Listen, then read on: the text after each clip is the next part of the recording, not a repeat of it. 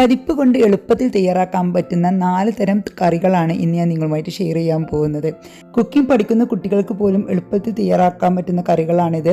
അപ്പോൾ എല്ലാവരും ട്രൈ ഒക്കെ ചെയ്ത് നോക്കിയിട്ട് ഫീഡ്ബാക്ക് ഒക്കെ അറിയിക്കുക. അപ്പോൾ നമുക്ക് വീഡിയോയിലോട്ട് പോകാം.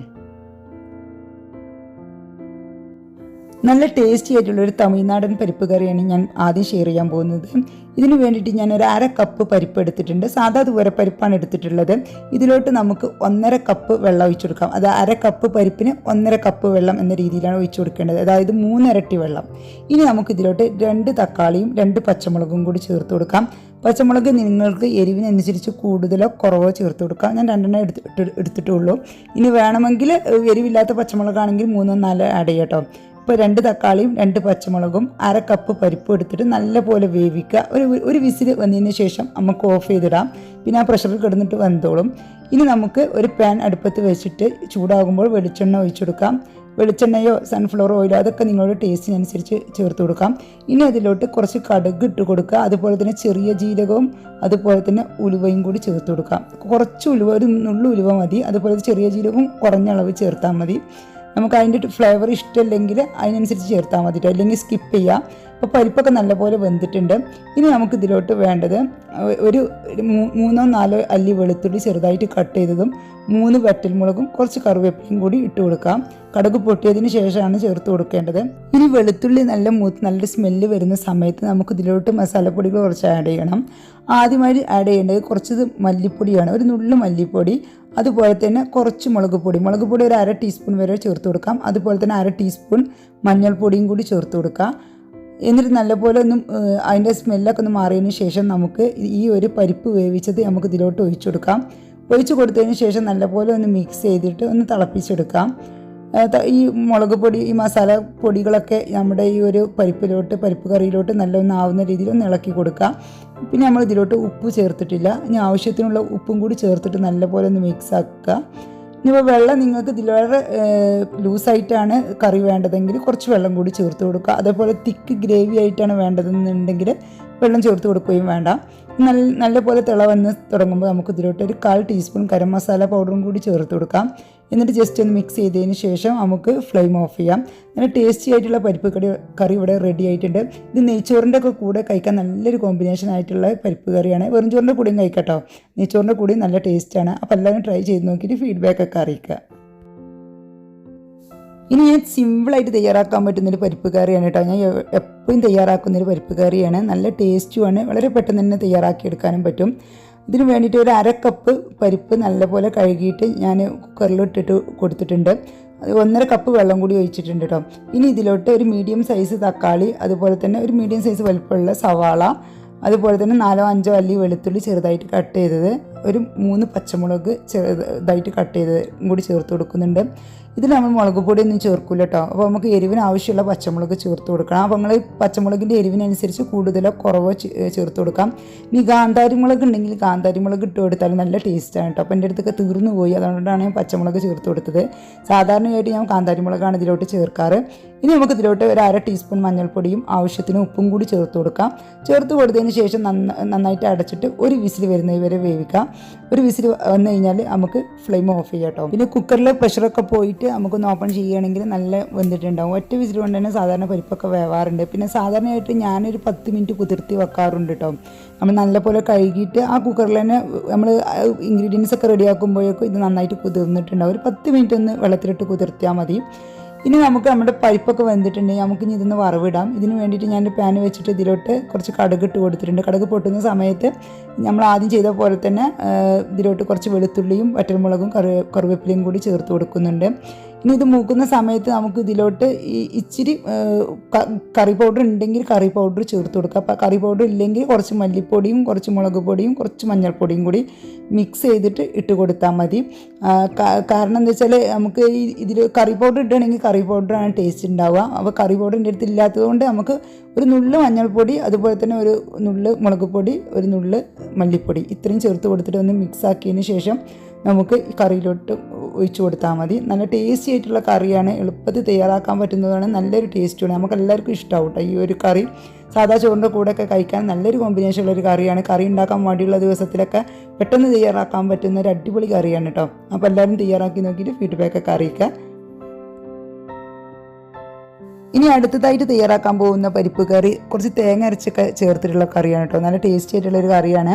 ഇതിനും 1/2 കപ്പ് പരിപ്പ് നന്നായിട്ട് കഴുകിയിട്ട് അതിലോട്ട് ഞാൻ 1.5 കപ്പ് വെള്ളം ഒഴിച്ച് കുക്കറിൽ വെച്ചിട്ടുണ്ട്.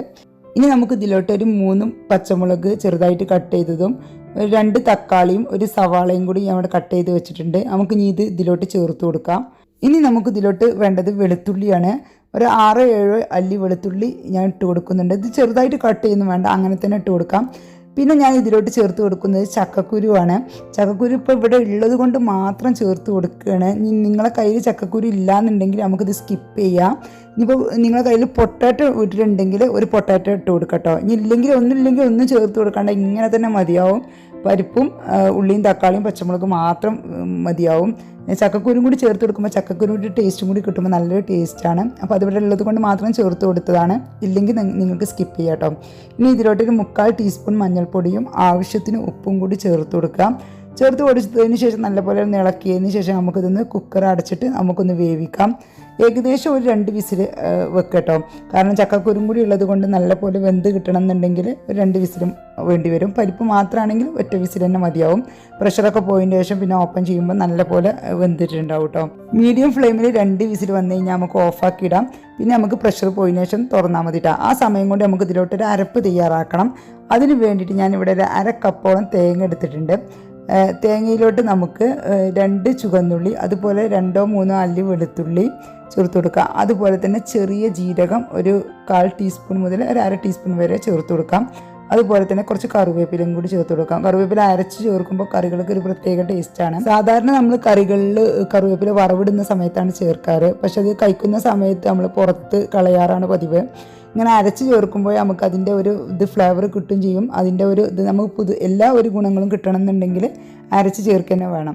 ഇനി നമുക്ക് ഇതിലോട്ട് ജീരകം ചേർത്ത് കൊടുക്കാം. ചെറിയ ജീരകം ഒരു 1/2 ടീസ്പൂൺ ചേർത്ത് കൊടുത്താൽ മതി, നല്ലൊരു ഫ്ലേവർ കിട്ടും. ഇനി നമുക്കിത് നന്നായിട്ടൊന്ന് പേസ്റ്റായിട്ട് അരച്ചെടുക്കാം. കുറച്ച് വെള്ളം ഒഴിച്ചിട്ട് തന്നെ അരച്ചെടുക്കുക, കൂടുതൽ വെള്ളം ഒഴിക്കണ്ട കേട്ടോ. അപ്പോൾ കുറഞ്ഞ വെള്ളത്തിൽ ഈ ചെറിയ ജാറിലിട്ടിട്ട് അരച്ചെടുത്ത് മാറ്റി വെക്കാം. അപ്പോൾ കുക്കറിൻ്റെ ഫ്ലെയിം ഓഫ് ചെയ്തിട്ട് കുറച്ച് സമയമായിട്ടുണ്ട്. അപ്പോൾ ഇപ്പം നല്ല പ്രഷറൊക്കെ പോയിട്ട് ഞാൻ ഓപ്പൺ ചെയ്തിട്ടുണ്ട്.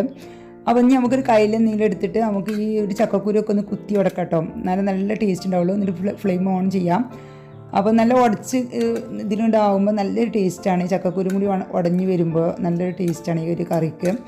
നല്ലൊന്ന് തള വന്നതിന് ശേഷം നമ്മൾ അരച്ച് വെച്ച അരപ്പ് ചേർക്കുക. അതിലോട്ട് അരപ്പ് ചേർത്തതിന് ശേഷം നമുക്ക് നല്ലപോലെ ഒന്ന് ഇളക്കിയിട്ട് ഇനി വെള്ളം വേണമെന്നുണ്ടെങ്കിൽ മാത്രം മിക്സി കഴുകിയിട്ട് കുറച്ച് വെള്ളം കൂടി ഒഴിച്ചു കൊടുക്കാം. ഇല്ലെങ്കിൽ വെള്ളം ഒഴിച്ചു കൊടുക്കണ്ട കേട്ടോ. കാരണം അത് ലൂസായി പോയാൽ കറി അത്ര ടേസ്റ്റ് ഉണ്ടാവില്ല. കുറച്ചൊരു തിക്ക് ഗ്രേവി ആയിട്ടാവും നല്ലൊരു ടേസ്റ്റ് ഉണ്ടാവുക കറിക്ക്. നല്ല സാദാ ചോറിൻ്റെ കൂടെയൊക്കെ നല്ലൊരു കോമ്പിനേഷനുള്ള ഒരു കറിയാണ് കേട്ടോ. നല്ല ടേസ്റ്റാണ് ഈ ഒരു കറി. ചക്കക്കുരും കൂടി ചേർക്കുമ്പോൾ വേറൊരു ഫ്ലേവറാണ്. ഇനി ചക്കക്കുരു ഇടാതെ നിങ്ങൾക്ക് വെറും പരിപ്പ് മാത്രം വെച്ചിട്ടും ചെയ്യാൻ പറ്റും കേട്ടോ. പരിപ്പ് ഉള്ളിയും തക്കാളിയും പച്ചമുളകും മാത്രം ഇട്ടിട്ട് വേവിക്കുക. ചക്കക്കുരു മാത്രം ഒഴിവാക്കിയാൽ മതി. ബാക്കി എല്ലാം ഇതുപോലെ തന്നെ ചെയ്താൽ മതി. നല്ല ടേസ്റ്റി ആയിട്ടുള്ള കറി കിട്ടും. അപ്പോൾ നിങ്ങൾക്ക് കുറച്ച് ക്വാണ്ടിറ്റി കൂടുതൽ വേണമെന്നുണ്ടെങ്കിൽ പരിപ്പ് കുറച്ച് കൂടുതൽ ചേർക്കേണ്ടി വരും. ചക്കക്കുരുവോ പൊട്ടാറ്റോ ഒക്കെ ചേർക്കുകയാണെങ്കിൽ പരിപ്പിൻ്റെ അളവ് കുറച്ച് നമുക്ക് കുറക്കാം കേട്ടോ. അത്രയേ ഉള്ളൂ. ഇനി നമുക്ക് നല്ലപോലെ ഒന്ന് മിക്സ് ആക്കിയതിന് ശേഷം തിള അധികമായിട്ട് വരണ്ട. അവിടെ ഇവിടെയൊക്കെ ഒരു തിള നിന്ന് തോന്നിക്കഴിഞ്ഞാൽ ഫ്ലെയിം ഓഫ് ചെയ്യട്ടോ. ഓവറായിട്ട് തിളച്ചാൽ കറി ഒരു വെള്ളം വിട്ട പോലെ ഉണ്ടാവും. അതൊന്ന് ശ്രദ്ധിക്കട്ടോ. ഇങ്ങനെ നോക്കിക്കൊണ്ടിരിക്കുക. തിള അവിടെ ഇവിടെയൊക്കെ ഒന്ന് വരുന്ന തോന്നുമ്പോൾ തന്നെ ഫ്ലെയിം ഓഫ് ചെയ്തേക്കുക. ഇനി നമുക്ക് ഇതിലോട്ട് വറവിട്ട് കൊടുക്കാം. അതിന് വേണ്ടിയിട്ട് കുറച്ച് വെളിച്ചെണ്ണ ഒഴിച്ചിട്ടുണ്ട്. ഇനി ഇതിലോട്ട് കടുകിട്ട് കൊടുക്കാം. കടുക് പൊട്ടുന്ന സമയത്ത് നമുക്ക് ഇതിലോട്ട് വറ്റൽമുളകും കറിവേപ്പിലയും കൂടി ഇട്ട് കൊടുക്കാം. അതുപോലെ തന്നെ ഇച്ചിരി മുളക് പൊടിയും കൂടി ചേർത്ത് കൊടുക്കാം. ഒരു നുള്ളു മുളക് പൊടി ചേർത്ത് കൊടുത്താൽ മതി. ഒരു കളറ് കിട്ടാൻ വേണ്ടിയിട്ട് മാത്രമാണ്. ഫ്ലെയിം ഓഫ് ചെയ്തതിന് ശേഷം മാത്രം മുളക് പൊടി ചേർത്ത് കൊടുത്താൽ മതി. ആ ഒരു ചൂടിൽ തന്നെ കിടന്നിട്ട് അതൊന്ന് ഇതായിക്കോളും. ഫ്ലെയിം ഓഫ് ചെയ്യാതെ ഇട്ട് കൊടുത്താൽ അത് മുളക് പൊടി കരിഞ്ഞു പോകും. ഒരു 1/4 ടീസ്പൂൺ മുളക് പൊടി ചേർത്ത് കൊടുത്താൽ മതി. ഇനി നമുക്ക് ഇതിൻ്റെ മുകളിലോട്ട് ഒഴിച്ചു കൊടുക്കാം. മുളക് പൊടി കൂടി ചേർത്ത് കൊടുക്കുമ്പോൾ നല്ലൊരു കളറ് കിട്ടും കേട്ടോ. നമ്മളെ കറിക്ക് കാണാൻ നല്ലൊരു ഭംഗിയുണ്ടാവും. അത്യാവശ്യം നല്ലൊരു ഫ്ലേവറും കിട്ടും കേട്ടോ. അപ്പോൾ നല്ല ടേസ്റ്റി ആയിട്ടുള്ള കറിയാണ്. എല്ലാവരും തയ്യാറാക്കി നോക്കിയിട്ട് ഫീഡ്ബാക്കൊക്കെ അറിയിക്കണം. ചക്കക്കുരു ഉണ്ടെങ്കിൽ മാത്രം ചക്കക്കുരു ചേർത്ത് കൊടുത്താൽ മതി. ഇല്ലെങ്കിൽ പൊട്ടാറ്റോ ചേർത്തിട്ടോ അല്ലെങ്കിൽ ഒന്നും ചേർക്കാതെയും നിങ്ങൾക്കിത് തയ്യാറാക്കാം.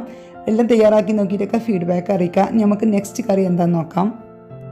അടുത്തതായിട്ട് തയ്യാറാക്കാൻ പോകുന്നത് ഞാൻ കുറച്ചൊരു വെറൈറ്റി ആയിട്ടുള്ളൊരു പരിപ്പ് കറിയാണ്. ഇതിന് വേണ്ടിയിട്ട് ഞാനൊരു കുക്കർ അടുപ്പത്ത് വെച്ചിട്ടുണ്ട്. ഇതിലോട്ട് കുറച്ച് വെളിച്ചെണ്ണ ഒഴിച്ച് കൊടുത്തിട്ടുണ്ട് കേട്ടോ. വെളിച്ചെണ്ണയുടെ ടേസ്റ്റ് നിങ്ങൾക്ക് ഇഷ്ടമല്ല എന്നുണ്ടെങ്കിൽ സൺഫ്ലവർ ഓയിലോ അല്ലെങ്കിൽ കോൺ ഓയിലോ അല്ലെങ്കിൽ റൈസ് ബ്രാൻ ഓയിലോ ഏത് ഓയിൽ വേണമെങ്കിലും ചേർത്ത് കൊടുക്കാം. ഇനി നമുക്ക് ഇതിലോട്ട് കുറച്ച് സ്പൈസസ് ചേർത്ത് കൊടുക്കാം.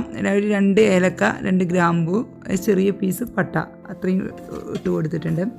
ഇനി ഇതൊന്ന് നല്ലപോലെ ഈ എണ്ണയിൽ കിടന്നിട്ട് നല്ലൊന്ന് മൂക്കട്ടെ. ഇത് മൂത്ത് നല്ലൊരു സ്മെല്ല് വരുന്ന സമയത്ത് നമുക്ക് ഇതിലോട്ട് 1 ടേബിൾ സ്പൂൺ ഇഞ്ചി വെളുത്തുള്ളി പേസ്റ്റും അതുപോലെ തന്നെ ഒരു 2-3 പച്ചമുളക് ചെറുതായിട്ട് കട്ട് ചെയ്തും കൂടി ചേർത്ത് കൊടുക്കാം. ലോ ഫ്ലെയിമിലോട്ട് ആക്കിയിട്ട് വേണം കേട്ടോ ചേർത്ത് കൊടുക്കാൻ. അല്ലെങ്കിൽ ഹൈ ഫ്ലെയിമിലാണെങ്കിൽ ഇത് പെട്ടെന്ന് കരിഞ്ഞു പോകും. അതുകൊണ്ട് ലോ ഫ്ലെയിമിലാക്കിയിട്ട് ചേർത്ത് കൊടുക്കാം. ഇനി നമുക്ക് ഇതിലോട്ട് ഒരു 2 സവാള ചെറുതായിട്ട് കട്ട് ചെയ്തതും കൂടി ചേർത്ത് കൊടുക്കാം. സവാള ചെറുതായിട്ട് കട്ട് ചെയ്യണം കേട്ടോ, അപ്പോൾ നല്ല ടേസ്റ്റ് ഉണ്ടാവുള്ളൂ കറി. അപ്പോൾ എന്നിട്ട് സവാളയും കൂടി ചേർത്ത് കൊടുത്തതിന് ശേഷം നന്നായിട്ട് ഇളക്കി കൊടുക്കാം. ഇനി നമുക്ക് ഇതിലോട്ട് 2 തക്കാളി ചെറുതായിട്ട് കട്ട് ചെയ്തതും കൂടി ചേർത്ത് കൊടുക്കാം. സവാള ഒരു അത്യാവശ്യം വഴന്നതിന് ശേഷമാണ് തക്കാളി ചേർത്ത് കൊടുക്കേണ്ടത്. ഇനി തക്കാളി പെട്ടെന്ന് വെന്ത് കിട്ടാൻ വേണ്ടിയിട്ട് നമുക്ക് ഇതിലോട്ട് ആവശ്യത്തിനുള്ള ഉപ്പ് ചേർത്ത് കൊടുക്കാം. അതുപോലെ തന്നെ ഉപ്പ് ഇട്ട് കൊടുത്ത് ഇളക്കിയതിന് ശേഷം നമുക്ക് ഇതിലോട്ട് മസാലപ്പൊടികൾ ആഡ് ചെയ്യാം. ആദ്യം മഞ്ഞൾപ്പൊടി ഒരു 1/2 ടീസ്പൂൺ ചേർത്ത് കൊടുക്കുന്നുണ്ട്. ഇനി നമുക്ക് ഇതിലോട്ട് വേണ്ടത് മുളക് പൊടിയാണ്. ഒരു 1 ടീസ്പൂൺ മുതൽ 1.5 ടീസ്പൂൺ വരെ നമുക്ക് മുളക് പൊടി ചേർത്ത് കൊടുക്കാം. 1/2 ടീസ്പൂണോളം മല്ലിപ്പൊടിയും കൂടി ചേർത്ത് കൊടുത്തതിന് ശേഷം നന്നായിട്ടൊന്ന് ഇളക്കാം. ഇനി മസാലപ്പൊടിയുടെ പച്ചമണക്കം മാറിയതിന് ശേഷം നമുക്ക് 1/2 കപ്പ് പരിപ്പ് നന്നായിട്ട് കഴുകിയിട്ട് 10 മിനിറ്റ് വെള്ളത്തിലിട്ട് വെക്കുക. അതിനുശേഷം നമുക്ക് വെള്ളം ഒഴിവാക്കിയിട്ട് ഇതിലോട്ടിട്ട് കൊടുക്കാം. പരിപ്പ് ഇട്ട് കൊടുത്തതിന് ശേഷം നമുക്ക് ഈ മസാലയിലിട്ട് നല്ലപോലെ ഒന്ന് ഇളക്കി കൊടുക്കാം. പരിപ്പിൻ്റെ എല്ലാ ഭാഗത്തോട്ടും മസാല എത്തുന്ന രീതിയിൽ നന്നായിട്ടൊന്ന് ഇളക്കി കൊടുക്കുക. വെള്ളപ്പം തന്നെ ഒഴിക്കണ്ട. നന്നായിട്ടൊന്ന് ഈ മസാലയിലിട്ടൊന്ന് വഴറ്റിയതിന് ശേഷം മാത്രം വെള്ളം ഒഴിച്ചാൽ മതി. ഏകദേശം ഒരു 3-4 മിനിറ്റ് നമുക്ക് ഈ മസാലയിലിട്ട് പരിപ്പ് വഴറ്റിക്കൊണ്ടിരിക്കാം. അതിനുശേഷം നമുക്ക് ഇതിലോട്ട് ഒരു 1.5 കപ്പ് തിളച്ച വെള്ളം ഒഴിച്ചു കൊടുക്കാം. പച്ചവെള്ളം ഒഴിച്ചാലും കുഴപ്പമൊന്നുമില്ല, പക്ഷേ ചുടുവെള്ളം ഉണ്ടെങ്കിൽ അത് ഒഴിച്ചു കൊടുക്കുന്നതാണ് ഏറ്റവും നല്ലത്. കാരണം നമ്മൾ പരിപ്പ് കുറേ സമയം മസാലയിലിട്ട് വഴറ്റി പരിപ്പൊക്കെ നല്ല ചൂടായി വന്ന സമയമായിരിക്കും. അതിലോട്ട് പച്ചവെള്ളം ഒഴിച്ച് കൊടുത്താൽ പരിപ്പ് കറക്റ്റായിട്ടും വെന്ത് കിട്ടില്ല. അപ്പോൾ തിളച്ച വെള്ളം ഒഴിച്ച് കൊടുത്താൽ നമുക്ക് പരിപ്പ് നല്ല പെർഫെക്റ്റ് ആയിട്ട് വെന്ത് കിട്ടും കേട്ടോ. അപ്പോൾ തിളച്ച വെള്ളം ഉണ്ടെങ്കിൽ അതന്നെ ഒഴിച്ച് കൊടുക്കുക. ഇനി ഉപ്പൊക്കെ പാകമാണോ നോക്കുക. ഉപ്പ് ചേർത്ത് കൊടുത്തിട്ടില്ലെങ്കിൽ ഉപ്പിട്ട് കൊടുക്കുക, കുറവുണ്ടെങ്കിൽ ഇട്ട് കൊടുക്കുക. ഇനി നമുക്കിതുപോലെ ഒരു 2-3 വിസിൽ ഒന്ന് വേവിക്കാം. നമ്മുടെ കുക്കറിനനുസരിച്ചിരിക്കും. ചില കുക്കറിൽ 1 വിസിൽ വന്നാൽ തന്നെ നല്ലപോലെ വെന്തിട്ടും, ചില കുക്കറിൽ 2 വിസിൽ വരേണ്ടി വരും കേട്ടോ. അപ്പോൾ നമുക്ക് മീഡിയം ഫ്ലെയിമിൽ വെച്ചിട്ട് 1-2 വിസിൽ വരുന്നത് വരെ ഒന്ന് വേവിക്കാം. അതിനുശേഷം നമുക്ക് ഫ്ലെയിം ഓഫ് ചെയ്യാം. ഇനി നമുക്ക് ഈ പരിപ്പ് കറിയിലോട്ടൊരു വറവിട്ട് കൊടുക്കാം. അതിന് വേണ്ടിയിട്ട് ഒരു പാൻ അടുപ്പത്ത് വെച്ചിട്ടുണ്ട്. ഇതിലോട്ട് എണ്ണ ഒഴിച്ചിട്ട് കടുകിട്ട് കൊടുക്കാം. കടുകിട്ട് പൊട്ടിയതിന് ശേഷം കറിവേപ്പിലയും വറ്റൽമുളകും ചേർത്ത് കൊടുക്കാം. ഇനി നമുക്കിത് ഇതിൻ്റെ മുകളിലോട്ട് ഒഴിച്ചു കൊടുക്കാം. ഇത്രേ പണിയുള്ളൂ. ഇനി കുറച്ച് മല്ലിച്ചപ്പ് ഉണ്ടെങ്കിൽ മല്ലിച്ചപ്പും കൂടി ആഡ് ചെയ്യട്ടെ. ഈ ഒരു സമയത്ത് ആ ഒരു പാനിലോട്ട് ഞാൻ കുറച്ച് മല്ലിച്ചപ്പും കൂടി ആഡ് ചെയ്തിട്ടുണ്ട്. ഇനി നമുക്കിത് ഇതിൻ്റെ മുകളിലോട്ട് ഒഴിച്ചു കൊടുക്കാം. നമ്മുടെ സ്വാദിഷ്ടമായ പരിപ്പ് കറി റെഡിയായി. ഇനി നിങ്ങൾക്കിത് ലൂസ് ആവണമെന്നുണ്ടെങ്കിൽ കുറച്ച് ചുടുവെള്ളം ആ പാനിൽ തന്നെ ഇട്ട് തിളപ്പിച്ചതിന് ശേഷം ഇതിലോട്ട് ഒഴിച്ചാൽ മതി. തിക്കായിട്ട് വേണമെങ്കിൽ ഈ ഒരു രീതിയിൽ തന്നെ സെർവ് ചെയ്യാം കേട്ടോ. ഇന്ന് ഷെയർ ചെയ്ത 4 പരിപ്പ് കറികൾ നിങ്ങൾക്ക് എല്ലാവർക്കും ഇഷ്ടമായി എന്ന് വിചാരിക്കുന്നു. ഇഷ്ടമായിട്ടുണ്ടെങ്കിൽ ഒന്ന് ലൈക്ക് ചെയ്തിട്ട് ഫ്രണ്ട്സ് ആൻഡ് ഫാമിലിക്ക് വേണ്ടിയിട്ടൊന്ന് ഷെയർ ചെയ്ത് കൊടുക്കട്ടോ. നിങ്ങൾക്ക് ചാനൽ ഇഷ്ടപ്പെടുന്നുണ്ടെങ്കിൽ ഒന്ന് സബ്സ്ക്രൈബ് ചെയ്ത് സപ്പോർട്ട് ചെയ്യുക. അപ്പോൾ എല്ലാവർക്കും എൻ്റെ നന്ദി, നമസ്കാരം.